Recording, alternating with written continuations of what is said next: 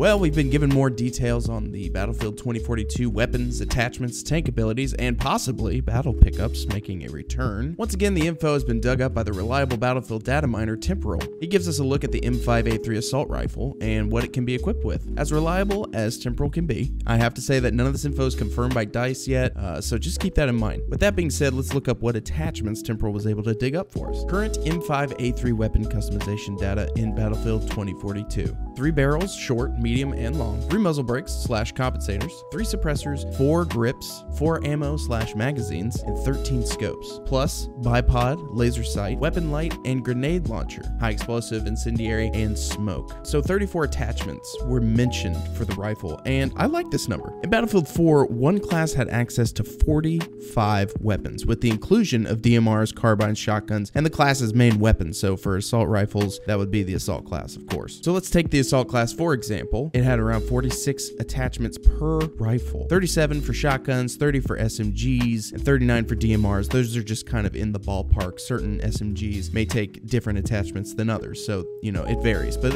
it's around that amount altogether. Since I've been playing Battlefield 4 again, I remember that a lot of the 46 attachments were repeats. The stubby and the potato foregrips were the same thing. Vertical and ergo, same thing. Sights did not affect your weapon other than zoom level and what you enjoyed looking at. The bottom line is Battlefield 2042 may have less attachments according to this data, but remember a couple things. Number one, this data is for one weapon, and number two, quality over quantity. Let's take a look at Modern Warfare, for example. It has a lot of attachments in Gunsmith, but only a couple of specific, say, foregrips are going to be used for recoil control. The other 6 don't get touched. And it's nice to see them and know that you can try different things if you want to, but there's a meta. And once everyone finds the meta, there isn't a need for the non-meta attachments. There's just no need for them. With DLC and Battlefield Portal, we're going to have more weapons than any Battlefield before. So let's just wait for the final product before we get upset with anything. Looking at you, Twitter, specifically. Again, I think 34 attachments, that's actually a good number, and it's going to cut out the crap that we're not even going to use. But we'll see what comes out. So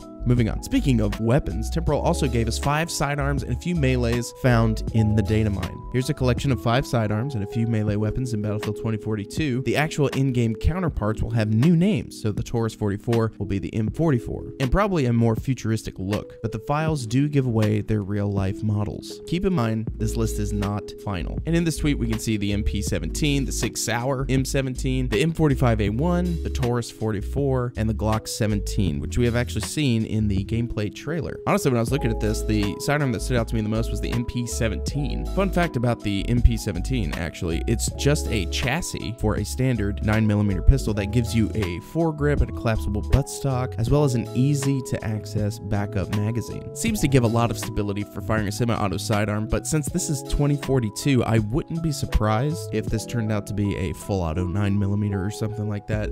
I mean, it looks badass either way. I'd recommend checking out the Military Arms channel here on YouTube for a full breakdown of our current 2021 version. The link to their channel will be in the description, and we've got a few melee weapons as well, and I'm going to read over those real quick. So we got the ACB-90, the BF1 hatchet, love to see that, I love it. Dice Dev knife, which isn't going to mean anything to me because I'm not a dev. A Santa Muerte cane sword, which I looked up, and this is the result that I got. Looks kind of dope. Don't know if this is what it's going to be, but that's what I found in my search. A skeletonized knife, survival knife, a tactical folding knife, and a wakizashi. I think they had something similar to this in Cold War, if I'm not mistaken. It's just a small kind of katana looking Japanese sword. I know I probably sound very ignorant right now, but anyway, that's what was revealed as far as the few melee weapons that we have. Excited about the Battlefield 1 hatchet though. That's pretty dope. Temporal also covered battle pickups. Battle pickups might return in Battlefield 2042. I was able to track down 3 corresponding references: the M32A1 Milcore MGL, the M134A2 Vulcan, and the Barrett XM109. Usually you can find these powerful weapons at specific locations within multiplayer maps. Really like the sound of this, especially the Vulcan being thrown into the mix. Battle pickups have always been fun to use, and here's hoping that this info is correct, because I'd love to take that Vulcan out for a spin. And finally, we got some tank info for all you campers out there. No, I'm just kidding. Not really. The tweet reads as follows. The EBAA Wildcat is based on the Jaguar EBRC and offers a variety of loadout options according to the Battlefield 2042 files. Cannons and missiles, EMP, grenade launcher, and mortar, smoke, and spotting. It features 4 seats, 1 driver, 2 gunners, and 1 spotter. And then he gives us a breakdown of what he found. I love seeing the multi-crew vehicles so far, and I really can't wait to see other details, especially when it comes to the aircraft. You know, we have got like the flying fortress looking airship, and I can't wait to see what that thing can do. With the primary, you got the 40mm cannon, and you can even make it an AA double cannon, thermal smokes, and detections, and system repair, and there's a lot here, and I like that you can have 4 people rocking around in this thing and just trashing the whole map. Speaking of details to come, Gamescom 2021 will be coming this Wednesday, and EA will be there. Since Xbox is the chosen console of 2042, it wouldn't surprise me if we got a trailer or some kind of reveal or beta dates for 2042 during the Xbox show. I couldn't find EA's schedule. I looked at the schedule and it didn't really talk about EA that much other than they would be there,